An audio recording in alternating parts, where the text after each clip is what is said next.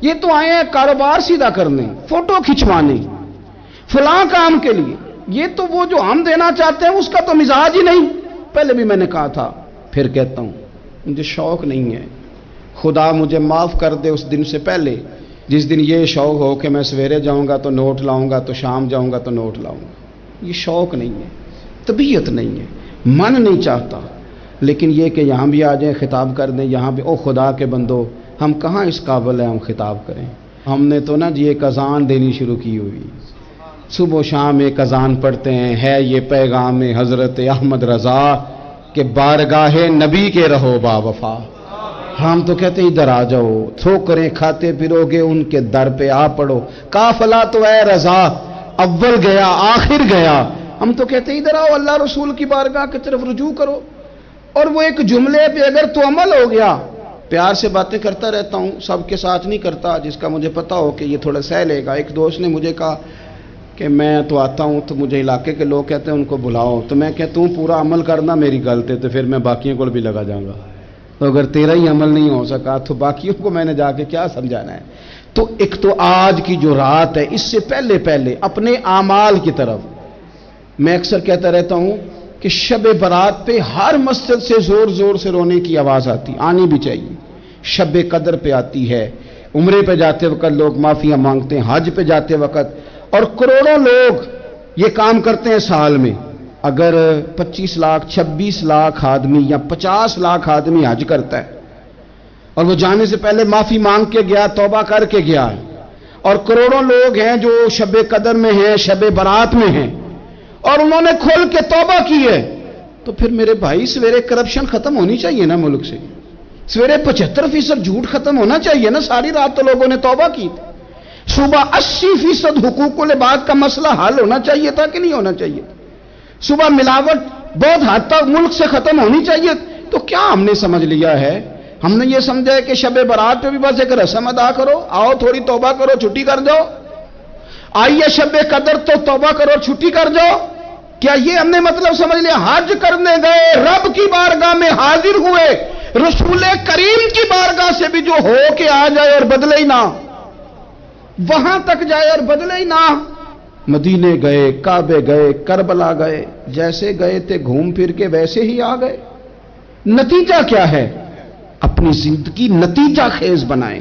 آج اس خوبصورت موقع پر جب شب برات ہمارے سامنے کھڑی ہے، اپنے ذہن میں تہیہ کریں کہ اب ہم نے بدل جانا ہے. شوگر ہو جائے تو بدلنا پڑتا ہے، اللہ معاف کرے، چینی چھوڑنی پڑتی ہے، من پسند مٹھائیاں چھوڑنی پڑتی ہیں، بدلنا پڑتا ہے. بلڈ پریشر ہو جائے تو یارو بدلنا پڑتا ہے. اگر انسان کو خدا نہ خواستہ کوئی مرض لگ جائے تو بدلنا پڑتا ہے. اولاد پیدا ہو جائے تو بدلنا پڑتا ہے. گھر میں بیٹیاں پیدا ہو جائیں تو بوڑھے باپ کو بدلنا پڑتا ہے. بال سفید آ جائیں تو پھر بھی تو بدل جانا چاہیے نا. انسان کی عمر 40 سال ہو جائے تو پھر بھی تو بدل جانا چاہیے. شب برات پہ توبہ کرے تو پھر بھی تو بدل جانا چاہیے. اب بدل جائیں، اب ہم بدل جائیں. اب نہ درد ہوتی ہے، گاڑی میں بیٹھیں تو کمر پہ درد ہوتی ہے. اب ہم بدل جائیں. اب لوگ بتاتے ہیں تیرے بال سفید ہونے لگ گئے، اب ہم بدل جائیں. اب لوگ ہمیں کہتے ہیں بچے جوان ہو گئے، اب ہم بدل جائیں نا یارو. اب لوگ ہمیں کہتے ہیں کہ اوہو اب تو آپ اٹھتے وقت زمین پہ پہلے ہاتھ رکھتے ہیں پھر اٹھتے ہیں. اب بدل نہ جائیں. اب محسوس ہوتا ہے کہ نیند گہری نہیں آتی، اب محسوس ہوتا ہے کہیں کہیں جسم میں تکلیف ہے. اب بدل نہ جائیں. اب نہ کئی کلاس فیلو چلے گئے دنیا چھوڑ کے، بدل نہ جائیں. اپنے بہن بھائیوں میں سے کئیوں کا جنازہ پڑا، بدل نہ جائیں. ہم میں سے کئیوں نے ماں باپ دفن کر دیے، پھول ڈال دیے قبروں پہ. بدل جائیں. اب وقت تھوڑا رہ گیا، اب کچھ تبدیلی کی طرف آئیں. اب توبہ صحیح والی کر لیں، اب استغفار دل سے پڑھ لیں. اب تبدیل ہو جائیں. اب اپنے اندر باہر کچھ تبدیلیاں لائیں. اب اپنے ظاہر اور باطن کو سنواریں. اب اللہ رسول کی بارگاہ میں جانا ہے نا تو کہیں ایسا نہ ہو شرم آئے حضور کے سامنے کھڑے ہوتے، حیا آئے نبی کریم کی بارگاہ میں کھڑے ہوتے اب کچھ تبدیلی لائیں، آج ارادہ کریں کہ آج جو توبہ کریں گے وہ صحیح والی کریں گے، آج جو وہاں استغفار کریں گے اللہ کے حضور حاضر ہو کے تو وہ صحیح والا کریں گے، اب کچھ تبدیلی کا مزاج لائیں۔ اور پھر ایک اور بات بھی عرض کروں، ہمارے ذاتی تعلقات سارے دھوکہ ہیں، ہماری جیبوں میں مال سارا دھوکہ ہے، ہمارے بلند و باغ دعوے سارے دھوکہ ہیں، ہمارے بڑے بڑے رتبے سارے دھوکہ ہیں۔ بڑے تعلقات تھے بیٹے کے، پر ماں بیمار تھی تو اسے صحت تو نہیں تعلقات کی وجہ سے مل سکی۔ بڑے تعلقات تھے نا بیٹے کے، لیکن جب بیماری زور پکڑ گئی تو پھر کیا کر سکا کوئی؟ بڑے تعلقات تھے، بڑا پیسہ تھا جیب میں، بڑا کچھ تھا، لیکن جب جناب اسرائیل آئے تو پھر کوئی کچھ بھی نہ کر سکا، پھر اپنے رہ گئے اور جس کو جانا تھا وہ سب چلے گئے۔ تو یہ جتنی چیزیں ہیں نا یہ کچھ نہیں ہیں، یہ دھوکہ ہے۔ سچ صرف اللہ رسول کی ذات ہے، حقیقت صرف دین ہے، اصل صرف وہ بارگاہیں ہیں۔ دھوکے میں نہ زندہ رہو، چھوڑ دو یہ بات کرنی کہ بڑے تعلقات ہیں، چھوڑ دو یہ بات کرنی کہ بڑا پیسہ ہے، چھوڑ دو یہ بات کرنی کہ برادری قبیلے علاقے میں بڑا، اور کچھ بھی نہیں ہے۔ کل من علیہ فان، ہوئے نامور بے نشاں کیسے کیسے، دیکھو زمین کھا گئی، نوجوان کیسے کیسے۔ میں مولانا نورانی کی قبر پہ کھڑا تھا تو میں کہہ رہا تھا مقدور ہو تو خاک سے پوچھوں کہ اے لئیم تو نے وہ گنج ہائے گرا مایا کیا کیے، اتنے بڑے لوگ تو لے گئی، اتنے بڑے لوگ، اتنے بڑے لوگ قبروں میں کدھر گئے؟ سلطان محمود غزنوی کہاں ہیں؟ شہاب الدین غوری کہاں ہیں؟ وہ لوگ جو میدانوں میں آ کے صرف ان کا نام لیا جاتا تھا تو دنیا کانپ جاتی تھی، وہ کہاں گئے؟ اٹھ گئے سب لوگ، چلے گئے، ختم ہو گیا معاملہ۔ وقت اب ہماری طرف بڑھ رہا ہے، اب تیزی ہے، اب پیغام اجل آیا، کئی ہمارے ارد گرد سے اٹھا کے لے گیا، اب ہمیں بھی تو واپس لوٹنا ہے نا، تو کچھ تیاری کر لیں، کچھ ارادہ کر لیں۔ اور بارگاہ رب رسول کی اس طرح کی ہے کہ بس جانے کی دیر ہے، بس صرف جانے کی دیر ہے، صرف جانے کی۔ اور اللہ رسول کی بارگاہ دوستو وہ والی ہے کہ جہاں نا زیادہ منت بھی نہیں کرنی پڑتی۔ وہ جو 4-5 لوگ تھے نا مکہ مکرمہ میں، انہوں نے بہت ہی اسلام کی مخالفت کی حد کر دی تھی، ان کے لیے حکم ہوا تھا جہاں ملے قتل کر دو۔ اکرمہ تھے، ابن خطل تھے، کچھ اور لوگ تھے، تو پتہ ہے ان کو کسی نے مشورہ کیا دیا تھا؟ کسی کافر نے مشورہ دیا، پر پتہ صلاح کیا دی تھی؟ اس نے کہا تھا تم نے بڑی زیادتیاں کی ہیں، بڑے بے ادب ہو، کسی صحابی کے قابو نہ آنا، مار دیے جاؤ گے، اپنی خطاؤں کے سبب سے تم مار دیے جاؤ گے، لیکن اگر کسی طریقے چھپتے چھپاتے رسول پاک کی بارگاہ میں پہنچ جاؤ نا، اگر وہاں کسی طریقے چلے جاؤ۔ انہوں نے پوچھا معافی کیسے مانگیں گے، منہ کیسے دکھائیں گے، ہم نے اتنے ظلم کیے، اتنی زیادتیاں کی، کیسے معافی مانگیں گے؟ تو کہنے والے نے کہا کہ نہیں کچھ نہیں، تم بس کہہ دینا ہم آ گئے، اس سے زیادہ تو بات ہی کوئی نہیں، اتنا ہی تو صرف کہنا ہے آ گئے، اور نہ آتے تو جاتے بھی کہتے، بس تم اتنا کہہ دینا ان العبد اذا اعترف ثم تاب تاب اللہ علیہ۔ نبی کریم علیہ السلام نے فرمایا بندہ جب آ کے کہتا ہے نا یا اللہ میں بھول گیا تھا، غلطی ہو گئی، ان العبد اذا اعترف، مان جو گیا ہوں، مان جو گیا، غلطی ہو گئی، جب کہتا ہے نا میں بھول گیا، ثم تاب، پھر وہ توبہ کرتا، تاب اللہ علیہ، اللہ دیر کرتا ہی نہیں۔